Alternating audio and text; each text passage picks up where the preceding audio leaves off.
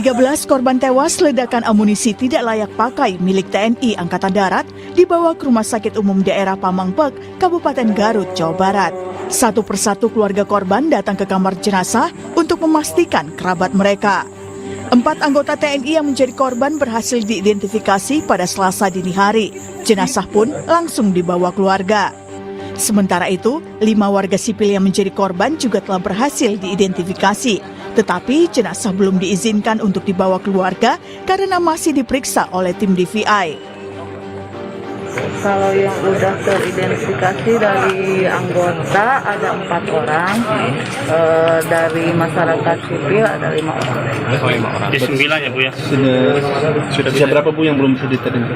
4. Sudah bisa diserahkan ke keluarga belum? Belum. Masih harus diperiksa sama tim DVI.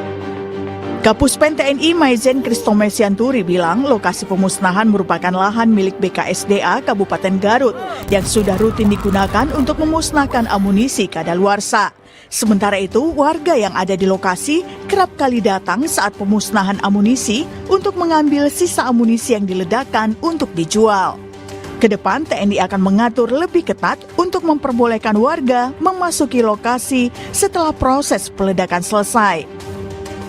Informasi awal yang kita terima, kebiasaan masyarakat di sana adalah apabila telah terjadi pemusnahan, peledakan, maka mereka akan mendatangi tempat itu untuk mengambil logam, ada kuningan, ada tembaga, ada besi, sisa dari munisi yang diledakkan tadi. Setelah dikumpulkan ini akan menjadi nilai jual, ada nilai jualnya, dijual ke tempat pengepulnya, ya munisi, ada kuningan, ada tembaga, ya. Nah itu kan jadi duit ya gitu ya, jadi ada nilai keuntungan. Nah itulah yang analisis kita yang dicari oleh masyarakat untuk mengumpulkan logam-logam tadi. Ledakan amunisi milik TNI bukan kali ini saja terjadi. Beberapa waktu lalu, truk TNI bermuatan amunisi terbakar dan meledak di Tol Gempol Pandaan, Pasuruan, Jawa Timur. Truk saat itu membawa sejumlah prajurit TNI yang baru saja purna tugas dari Papua. Akibatnya, 1 anggota TNI meninggal dan 1 lainnya terluka. Tim Liputan, Kompas TV.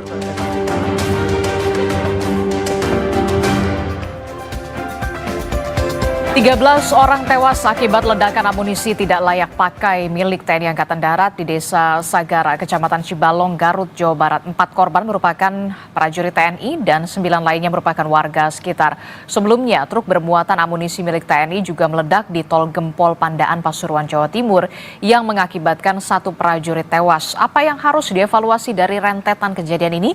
Kita bahas bersama di pagi hari ini melalui sambungan daring bersama Kepala Badan Intelijen Strategis Kabais TNI tahun 2011 hingga 2013, Laksda TNI Purnawirawan Soleman Ponto, dan juga ada Guru Besar Politik dan Keamanan Universitas Padjadjaran Bandung, ada Profesor Muradi. Selamat pagi Bapak-Bapak.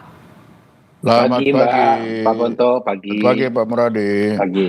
Oke, saya mau ke Pak Ponto dulu. Pak Ponto, ini kan Ya. kalau kita lihat ya, rentetan kejadiannya ini kemarin begitu dan sepekan yang lalu juga ada peristiwa serupa begitu ya. Kalau kemarin ini ada 9 warga sipil bahkan yang menjadi korban dan 4 prajurit TNI begitu. Nah, yang jadi pertanyaan besar, mengapa kemudian warga sekitar ini bisa sampai ada di lokasi pemusnahan amunisi yang memang seharusnya clear area di sana? Ya begini, masalah pemusnahan ini kan bukan kali ini terjadi ya, jadi sering terjadi. Nah, mengapa warga sipil itu sampai ke sana itu karena tentara ini terlalu baik hati. Seperti disampaikan oleh Kapuspen tadi kan, bahwa masyarakat ini mencari sisa-sisa akibat setelah pemusnahan, ada kuningan, ada besi. Nah, karena baik hati tentara ya dibiarin aja. Padahal memang itu saya sangat yakin ada standar operasinya bahwa mereka tidak boleh berada di situ dekat-dekat. Nah, tetapi karena baik hati, karena keseringan lama-lama ya sudahlah. Dikasih kesempatan untuk itu dengan ya ini risikonya. Jadi memang si tentara ini jadi serba salah di lapangan. Kalau dia keras-kerasan dia dimusuhin, kalau dia kasih kesempatan ya begini jadinya. Tapi kan Dan ini itu kan tadi. tapi kan ini sangat berbahaya soal peledakan, aktivitas peledakan amunisi begitu ya, khusus ini. Ya betul, sangat berbahaya. Tapi ya disampaikan tadi sama Kapuspen bahwa masyarakat itu datang karena mencari sisa-sisa. Ya kita tidak di lapangan. Coba kalau Mbak yang di lapangan melihat masyarakat itu pasti jatuh hati akan membiarkan mereka. Dan itu kan saya juga pernah merasakan. Kalau kita merasakan pengamanan, ada sisa-sisa itu tidak tega kita melarang mereka untuk dekat-dekat atau mengambil sisa-sisa itu. Walaupun itu memang berbahaya, betul berbahaya. Tetapi di lapangan kita tidak mungkin akan keras-kerasan seperti itu. Apalagi kalau ini sudah terus-menerus di tempat yang sama. Itu akan terjalin persahabatan. Sehingga ya persahabatan ini menghilangkan akibat seperti ini terjadi. Ya ini risiko yang, ya risiko. Oke, karena ada kedekatan antara masyarakat dan juga prajurit TNI pada saat aktivitas peledakan amunisi, jadi sebenarnya prosedur peledakan amunisi ini tidak berjalan sesuai dengan semestinya. Sebenarnya mungkin sudah ada ya. Dia sudah memperhitungkan yang lalu sekian detik setelah meledak itu sudah aman.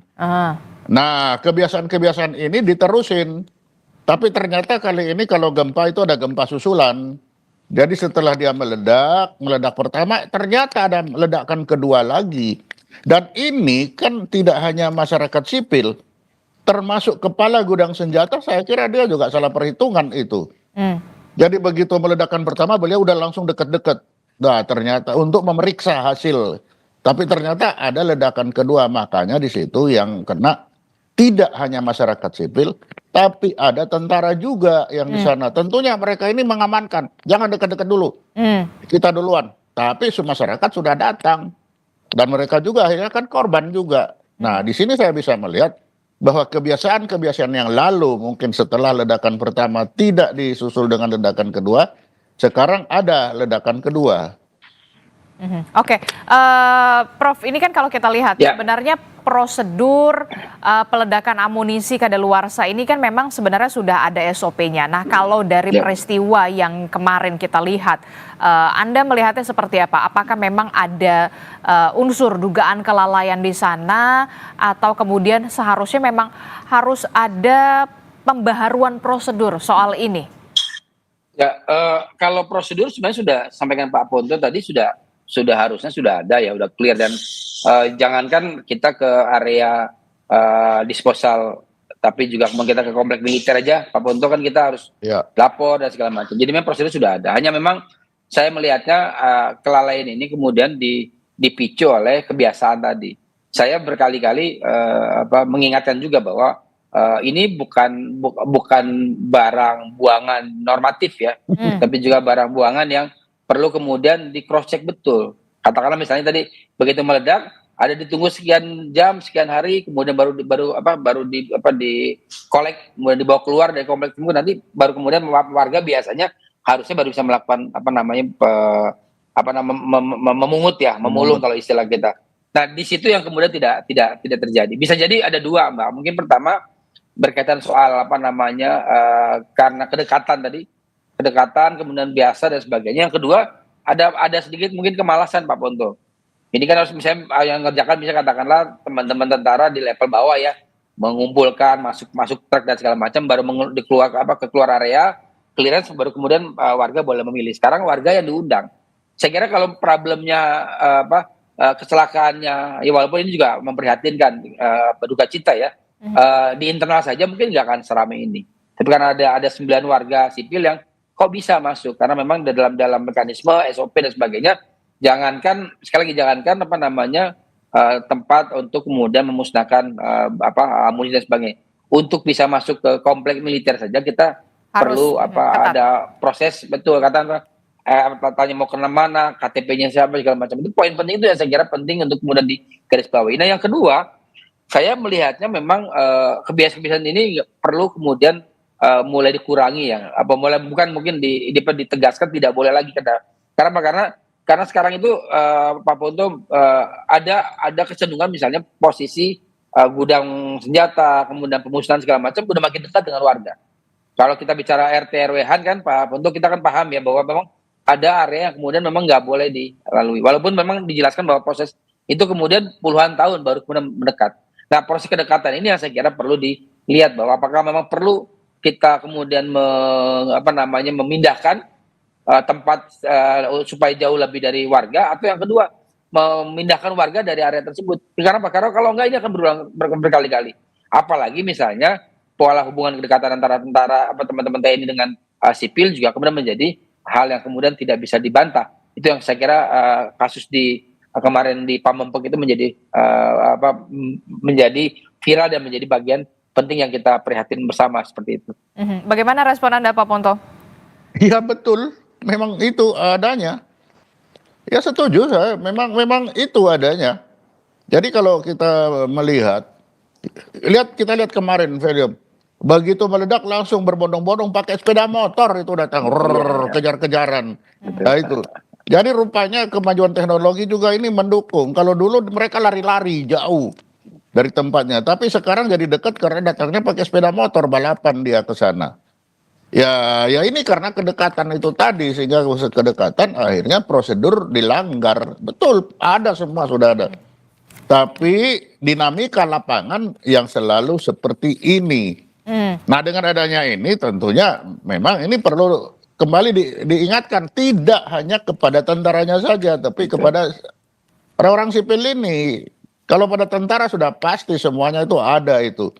Tetapi begitu datang orang sipil, dia ya jadi jatuh hati. Dan kalau didukung lagi tadi kemalasan, ya bisa-bisa saja itu semua itu terjadi. Tapi kan Ya yang udah, kemudian kamu aja bersihin. perlu penegasan di sini adalah antara masyarakat dan juga TNI ini memang harus menjalin kedekatan, persahabatan. Tapi untuk di case-case tertentu, misalkan di aktivitas-aktivitas yang berbahaya semacam ini kan juga perlu ketegasan juga dari TNI, dari prajurit di sana. Jangan sampai kemudian ya kita lihat hasilnya apa? Ada 9 warga sipil yang kemudian harus menjadi korban begitu, walaupun di pihak TNI juga ada 4 prajurit TNI yang kemudian menjadi korban. Apa yang kemudian harus dievaluasi Anda yang pernah menjabat sebagai Kabais ini, bisa jangan sampai peristiwa ini kembali terulang begitu. SOP-nya harus benar-benar harus dipastikan dulu begitu. Tadi bahkan Prof Muradi mengatakan kita saja masyarakat sipil mau masuk ke kompleks militer saja ada pengawasan yang sangat amat ketat begitu. Ya memang betul. Pengawasan seperti itu ya perlu ditegaskan kembali. Dan kalau ada istilahnya tu tenggo, ya tidak mungkin hanya tentara saja. Tentara itu sudah pasti dikasih tahu, dan kasih tahu. Tetapi warga sipil ini juga dengan adanya kejadian ini, mereka harusnya tahu, melihat ini loh akibatnya. Betul tadi, apakah setelah peledakan itu kita tunggu 1 jam, 2 jam, 3 jam, 1 hari, sebulan baru bisa didekati? Ya itu mari kita lihat bersama lagi. Kita lihat yang SOP yang lama, setelah peledakan, berapa jam boleh mendekati, berapa jam boleh dibersihkan. Nah, kita belum tahu ini standarnya apa. Berapa hari, betul tadi. Mungkin bisa sebulan, 2 bulan baru dibersihkan. Nah, ini perlu dilihat lagi SOP-nya itu seberapa.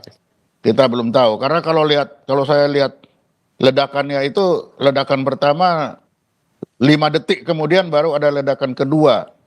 Jadi mungkin kebiasaannya setelah ledakan pertama langsung berbondong-bondong datang dekat-dekat, ternyata waduh 5 detik ada ledakan kedua. Karena kalau kita lihat lagi beritanya bagaimana korban ini sulit diidentifikasi, artinya mereka sangat dekat dengan episentrumnya.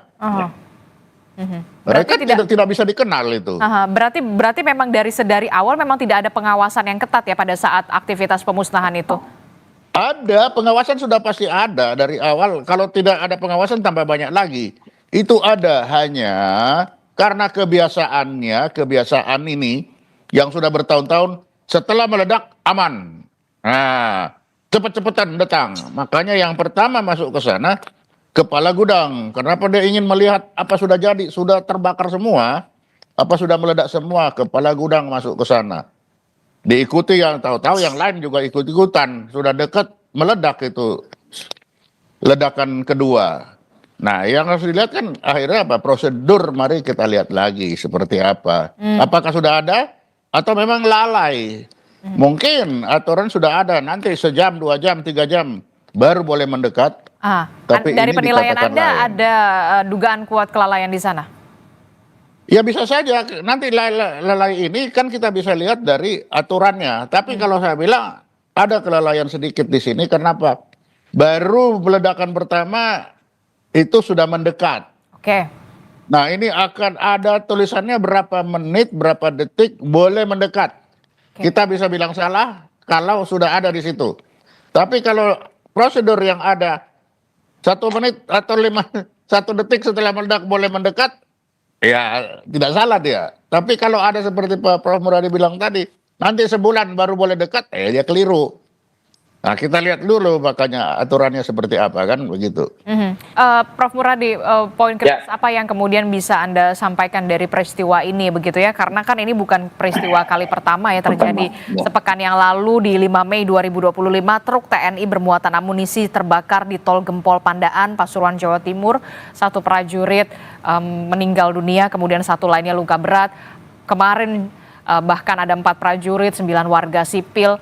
Apa yang kemudian harus dalam tanda kutip dibenahi atau menjadi evaluasi secara menyeluruh dari institusi Polri soal ini, termasuk juga soal institusi TNI, maksud saya institusi TNI dari aktivitas berbahaya semacam ini, termasuk juga soal lokasi. Kalau tidak salah ini kan lokasi BKSDA ya.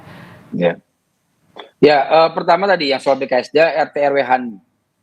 Itu kan harusnya memang area militer, mungkin nanti Pak Ponto bisa menjelaskan detail ya. Itu antara 30 sampai 50 km. Itu apa areanya jauh dari area komplek perumahan dan luar pemukiman. Itu poin pertama. Yang kedua, area tersebut memang harus khusus untuk RT RW Han. Dan itu sudah diatur sebenarnya. Memang problemnya begini, yang kemarin disampaikan sama Kapus Pen bahwa memang 30 tahun lalu masih ke daerah kosong. Begitu kemudian setelah 30 tahun warga mendekat. Nah, proses mendekat itu adalah karena kita nggak tegas terkait dengan RT RW-an tadi. Tidak tegas dengan misalnya warga-warga ataupun orang yang mendekat dengan oknum-oknum yang ada di dalam maupun di luar, akhirnya mereka merapat itu. Jadi kalau tiba-tiba misalnya kayak Pindad dulu waktu saya masih 25 tahun lalu Pak Ponto, itu kan jauh, itu sawah di tengah-tengah. Sekarang sudah pemukiman, jadi saya bilang Pindad sudah nggak layak misalnya untuk jadi industri berat militer di situ gitu, harus digeser. Makanya kemarin Pak Ramijat mengusulkan pindah ke Lampung Selatan. Itu kan menurut saya menarik, itu poin pertama. Yang kedua, bicara soal aturan ini kalau kita detail, saya ada hampir 10 aturan dari mulai Kepres, Kemenhan, Permenhan, kemudian PP, Perpol, bahkan Perkap Polri dan sebagainya. Itu nggak ada secara detail menjelaskan soal disposal tadi, pemusnahan. Yang ada adalah pembelian, pengadaan, penggunaan, kemudian habis pakai. Nah, yang habis pakai ini yang saya kira penting kemudian dijelaskan. Apakah memang itu menjadi bagian dari tanggung jawab hanya pengguna saja, atau bersama dengan misalnya produsen. Kalau misalnya ngelihat alur dari berbagai negara ya, itu kan dari A sampai Z ya, dari hulu hilirnya melibatkan teman-teman produsen. Katakanlah misalnya kita punya Dahana, kita punya Pindad gitu ya. Nah kemudian mereka bisa menjadi supervisi di situ. Saya Pak Ponto kemarin sebelum itu dijelaskan, saya membayangkan memang yang sipil itu ada orang-orang yang kemudian expert di bidangnya. Ternyata pemulung gitu kan. Jadi begitu kemudian ini ada prosedur yang saya kira dilewati. Yang kedua, dari sini dari Perpol tadi saya kira penting untuk kemudian dibahas secara detail di undang-undang Pak, supaya mengaturnya hulu hilir, di mana kemudian pelibatan misalnya produsen, bahkan misalnya katakanlah importir gitu ya kira-kira, untuk kemudian sampai pada level disposal. Itu poin kedua. Yang ketiga saya kira juga penting juga kita melihat bahwa proses ini tidak berdiri sendiri. Jadi memang saya sama setuju dengan Pak Ponto bahwa ini kecelakaan, tapi kecelakaan yang kemudian sebenarnya sesuatu yang kemudian berulang. Berulang apa artinya? Orang kemudian membiarkan publik datang. Harusnya jangankan orang asing ya Pak, orang luar, orang keluarga aja kita nggak boleh masuk. Kalau kita mau misalnya area-area yang sifatnya terbatas, terlarang dan sebagainya. Dan terakhir saya kira, kalaupun kemudian ini dijadikan pijakan, saya kira Pak Ponto 2007-2008 kemarin kita sempat bahas soal RUU bahan peledak dan senpi ya. Dan saya kira saya ingat Pak, waktu itu ada teman-teman yang mendiskusi itu supaya kemudian menarik lebih tinggi lagi supaya mekanisme perpol, perkap, permenhan dan sebagainya itu bisa kemudian merujuk ke itu, ke undang-undang. Sejauh ini saya kira baru terbatas pada segmentasi tadi, misalnya teman-teman di polisi punya sendiri, teman-teman di angkatan darat sendiri, angkatan laut sendiri dan sebagainya. Padahal membayangkan itu menjadi kemudian karena dia bagian dari